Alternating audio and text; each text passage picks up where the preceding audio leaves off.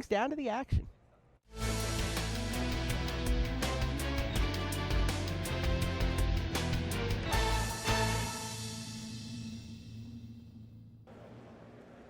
Hello and welcome to the semifinals of Grand Prix Las Vegas. That is Lucas Duco, old school Wisconsin player. That is Pascal Maynard making a run at Grand Prix Player of the Year and made a fairly controversial selection in the top 8. Chat's been blowing up, Twitter's been blowing up, message board threads have started to calculate exactly how much of his odds of winning this tournament did Pascal Maynard give up when he first picked a foil Tarmogoyf instead of a Burst Lightning. If he wins the GP and has the Tarmogoyf, the scoreboard defense is irrefutable, right? Yeah, but it's always that argument you have, when talking about drafts with people, you rare draft something on Magic Online, so you get it for a deck, and you say, well, would you do this in the top 8 of a GP? Right? Say, oh no, top 8 of a GP, I'd take that card. All right. Foil Tarmogoyf, though. Foil Tarmogoyf. All right, Lucas Duco, meanwhile, we've told this story before, but Owen Turtenwald credits him for being the guy that helped him first get good at Magic. Old school Wisconsin player. And you know what he likes? He likes elementals. He drafted elementals the last time around. He's drafted elementals in this deck. That's Smoke Braider tapping for, is that the Incandescent Soulstoke? It is, and you'll notice that it has another land tapped as well. That's a Burst Lightning. Burst Lightning, the card that Pascal Maynard almost certainly would have taken over that Tarmogoyf. So Pascal Maynard feeling the bite, perhaps, of the card that he... Is that the actual... chose not to play.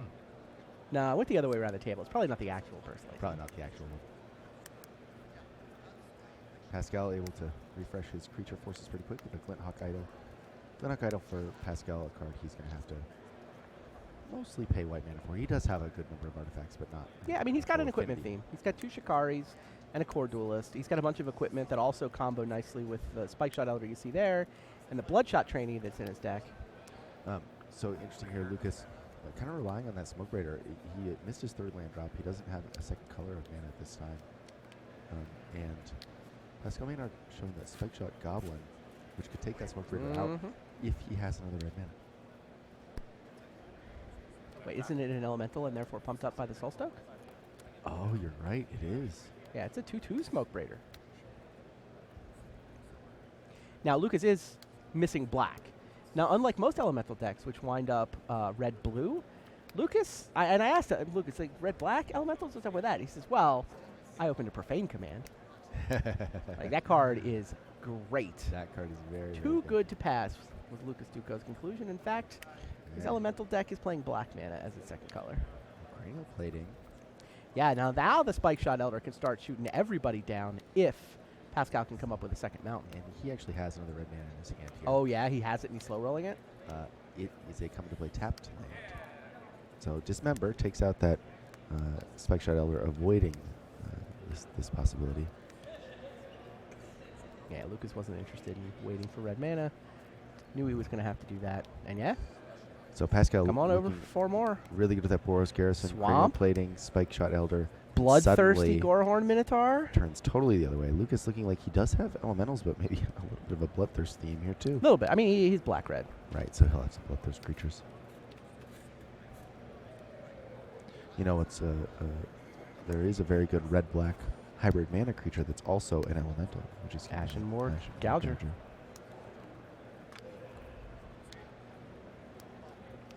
See Pascal suddenly facing down a whole lot of power on the other side of the board. What's he holding? Looks like he's got a Bloodshot Ogre, Plains, a Mighty Leap, and another card I can't identify. So is it the Mighty Leap? Because I was having this conversation with you. I was looking at the deck list. In my mind, the last card in Pascal's deck, the card that could be a Burst Lightning, is Mighty Leap. Is a Mighty Leap, yeah. That is the card that I would that I suspect would not be in his deck if he had a Burst Lightning to play instead of it. I don't know. Would this board be better if he killed a Soulstoke? It's not enough, but it helps. He might have been able to play it a turn earlier. I don't think he drew it this turn. So here we see the Glinthawk Idol get in for 4 damage, and that allows him to Bloodthirst his Ogre. That Ogre plus a Mighty Leap is a lot of damage. Let's see, Pascal, if he has an artifact next turn, Second swamp for Lucas. He could potentially threaten lethal, but oh, wow. Jeez. Nameless inversion. Oh, the And the hasty Spite Bellows. For the win. For the win. I have not seen that ability activated this weekend yet. Wow. Lucas Duco knows all the tricks. Like, he's been drafted just quietly. He's on Magic Online. He played the Magic Online Championships a couple of weeks ago. Didn't have a particularly good weekend, but I mean, this is a guy who puts a lot of time in the 8-man queues on Magic Online, and he knows this elemental deck inside and out because he drafted it last time around too. Yeah, he did not think long before making that play. He said, No. I see how this works. I can take that out. The incandescent Soul Stoke there, activating to put an elemental creature card from your hand into the battlefield. Not an ability that is often used on the Soul Stoke because, you have to sacrifice the elemental at the end of the turn. Not a lot of elementals really built just to be thrown out there and then thrown away. Yeah, mostly this is a Lord, right? This is your elementals are all bigger.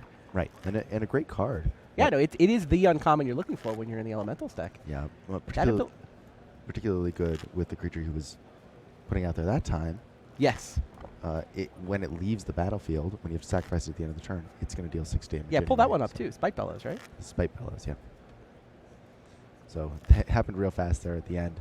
He had an attack for 9. His opponent at 12.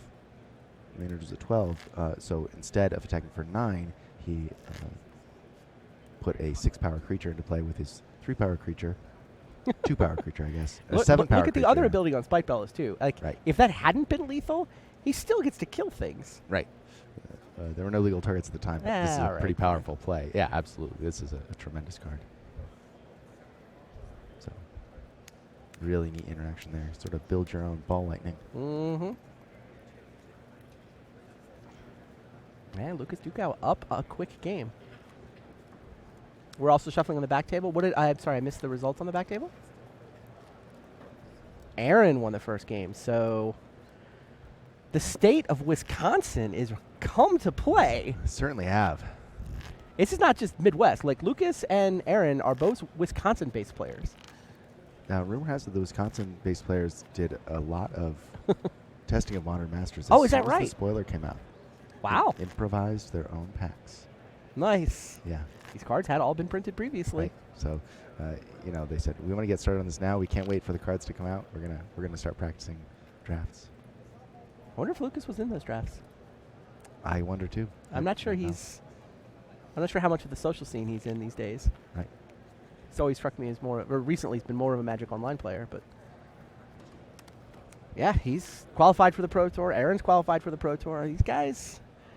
These two may wind up testing together. I know that Aaron, was it you that was talking to Aaron about, Team Ultra Pro is the big new news. The Madison, Wisconsin-based Bob Maher has been kind of the center of that team. Right. Sam Black, Justin Cohen, Adrian Sullivan. A lot of those guys have come together onto Team Ultra Pro. But Aaron seemed to think Ultra Pro is probably full at this point, and he was expecting to test with other Madison area players. Can there be? There's so many of them. Yeah, apparently. really. Well, playing games in the Midwest is part of the reputation there, I think. Fine tradition. Yeah, the Madison scene just goes back so far too. I mean, Bob Maher obviously in the Hall of Fame. Right. Brian Kowal back in the day. Alcohol. Still see him around sometimes. Mike Ron. So many good players from that area. Wow, so Aaron Lewis wants that seat in the finals. yeah, what an interesting game. He's just tapping out and playing creatures with power and toughness. Meanwhile, David Jetha, his third turn plays a Tumble Magnet. That's not going to get him very far. Oh, Plummet. Good sideboard card. Yeah, I talked to Aaron about this deck after the semifinals. He beat Ben Stark. It helped that Ben stumbled on mana. And we should probably go back to our main match. That one looking good for Aaron. Yeah, that one is looking good for Aaron. But Aaron, he felt almost guilty. He's like, my deck's weird. It's blue-white good cards. Right. He just kept taking good blue and white cards, arrests and I was watching giant his shoulder, flyers and things. and he seemed constantly tempted by trying to get into some more artifacts, something a little bit more synergistic, but there were just so many arrests and so many good cards coming around. I mean, the way he explained it to me, there just weren't artifacts that could compete with the colored cards. There were he just artifacts has there, but they were nowhere near as blue, good. white, good stuff. All right, that can work. Pascal Maynard lining up a pretty interesting play here. It looks like he has a land and can cast a Flyer for 3 mana and then line up the Carapace next turn, the Sky Hunter there. Sandra Skirmisher, which is double strike. Next turn, he'll be able to play a land and Copper Carapace and equip it, which is very dangerous 3/3 unless double strike flyer. yeah, unless Lucas Duca keeps a mana up and has a Burst Lightning. Oh, he's already spent 1 Burst Blade in this game. Yeah, I was going to say, how many does he have? Well, people were just passing him around the table, taking foil rares over them, so. Yeah, his first pick of the whole draft was Profane Command.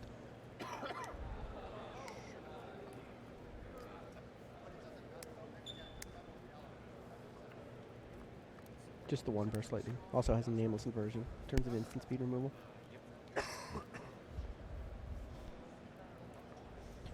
Andy Lozano also first picked a Profane Command. We explain some of the fighting. Yep.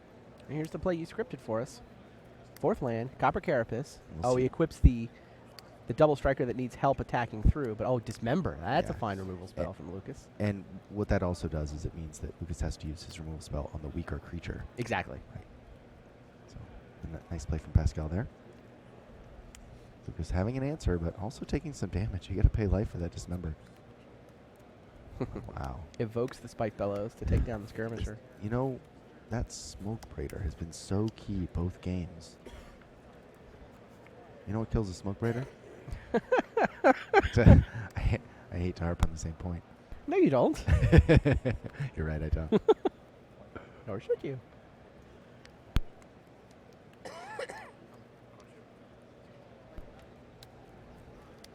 Pascal's still he's got enough creatures, and they really look good wearing that equipment. Yeah, I mean, I think Lucas' strategy of just trying to kill all the creatures is correct.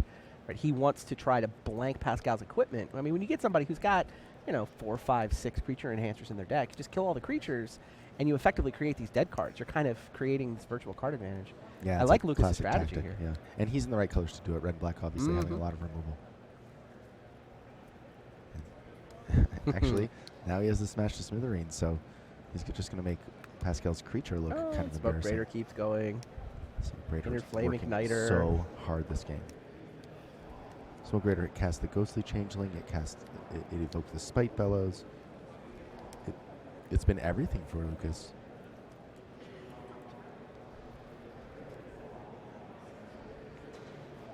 Pascal way behind on board here. He's got a 2/2.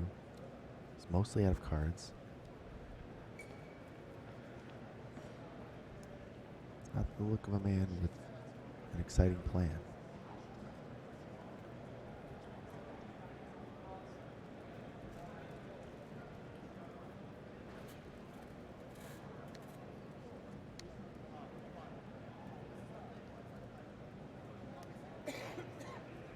I don't think we know what is in Pascal's hand. I haven't gotten a look at it recently.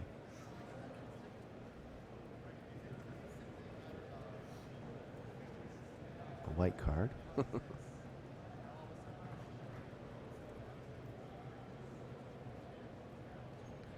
So the Inner Flame Igniter able to give extra power to all of Lucas's creatures. 1 pump, that's worth 4 damage. If he taps the Smoke Raider, he draws a land, he can use the Smoke Raider to activate it as well. So he can activate it twice and attack with 3 creatures. Yep. Smoke Raider doesn't just tap for casting elementals, also taps for activated abilities of elementals. Right. So that's You can a activate lethal attack. The Changeling can get Yeah. pumped by Smoke Raider. Exactly. That is the best common for the elementals deck, or certainly the key common. It gives Yeah, you all the super synergy. key. You've seen how effective it's been in these games.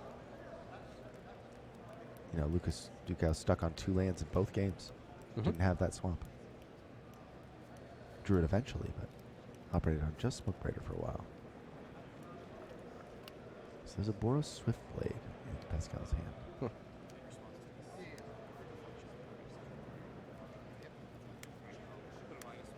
he's also got the Carapace. Says, this is the best I can do.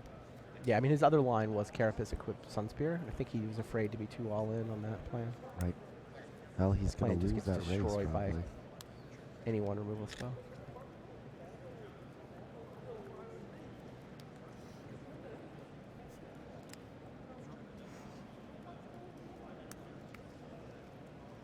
Lucas says these two.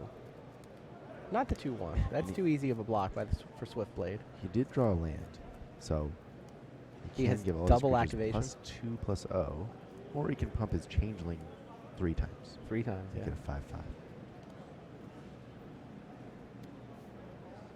I think Pascal here, has to offer the Swiftblade in exchange for the Igniter, How about it? hoping to use the lifelink on the Shikari to get back into the game. Makes sense to me. Pascal lines it up.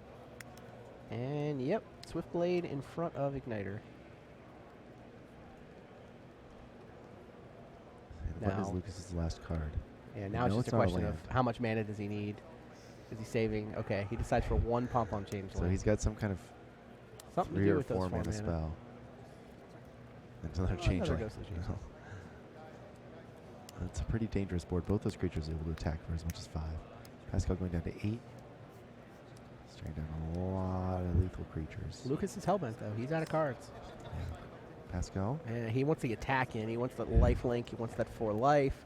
He doesn't have good blocks against those changelings, so. does have a Slaughtermaster, which will hold off the Sickle Reaper. True. And that's no small shakes. Because that's stopping 2 damage. And now with the pumps, it's really only an attack for 7. Pascal just gained 4. Mm-hmm. It's no longer quite as scary. Pascal fighting his way back into this game.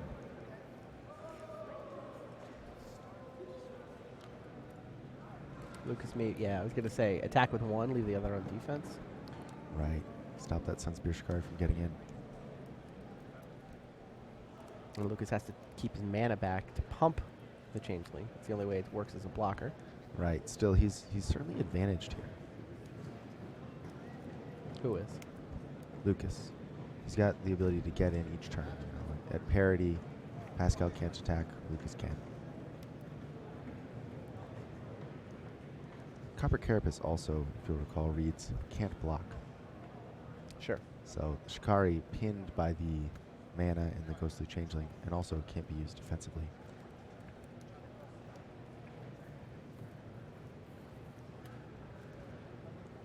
Easy to forget that creatures with a carapace can't block. That is true. Oh. I like this attack from Pascal. The Slaughtermaster attacks as a 3/3 double striker. So Lucas can go to 2, which doesn't sound great, or he can trade his changeling. If he pumps it up to a 4/4, it'll survive the first strike hit and then trade with regular damage.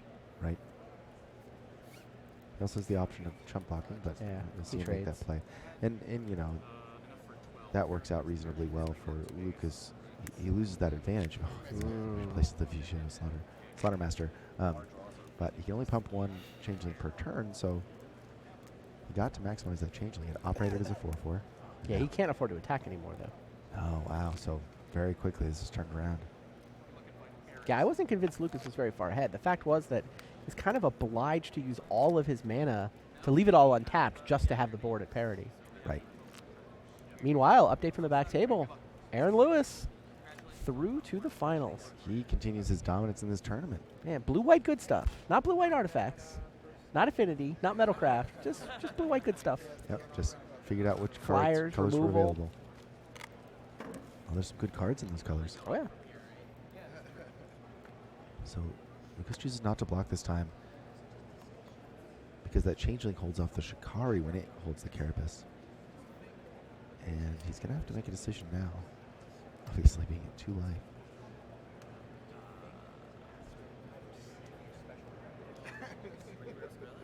These decks are both so fun. I kind of want a game 3.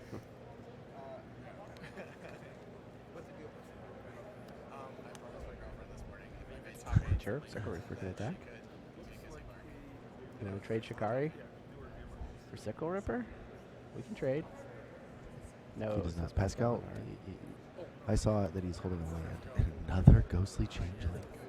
Wow, how many of those does he have? Now he can double pump and trade again. Yes, he can. And Pascal draws another land. He's talking land.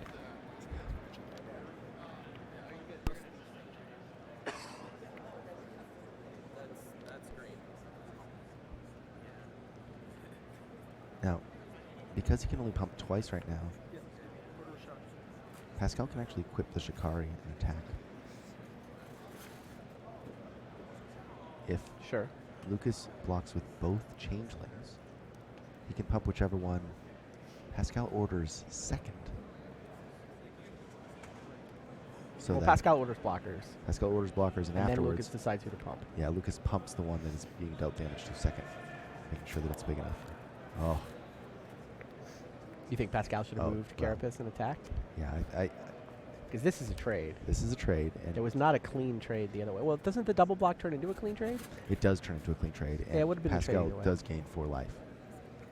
Oh, Pascal would be up 4 life with the other line. Yeah, I mean, he still wouldn't be able to get through the other changeling. So Pascal in a tough spot. He has. I think that the interesting thing about that play is it does take out one of the changelings. He's probably going to be able to trade with the other changeling too the next turn if he wants to, and it gives him enough life to get a few draw phases. And Pascal, yeah, the life very relevant here. Lucas, by my count, can attack for 7. Yeah, Pascal cannot spend his mana equipping Carapace because he needs the ability to block. Uh-oh. Oh, there's the Profane profane command. command. That'll We will do it. Not get a game 3. It is an all-Wisconsin championship match. How about that? And Pascal Maynard does not take the lead in the Grand Prix Player of the Year race. He Ooh. got to 31, which used to be first place in the Grand Prix Player of the Year race. But Alexander Hayne picked up 1 pro point here this weekend in our Grand Prix. And Hayne is now up 32 to 31 over Pascal Maynard in that Grand Prix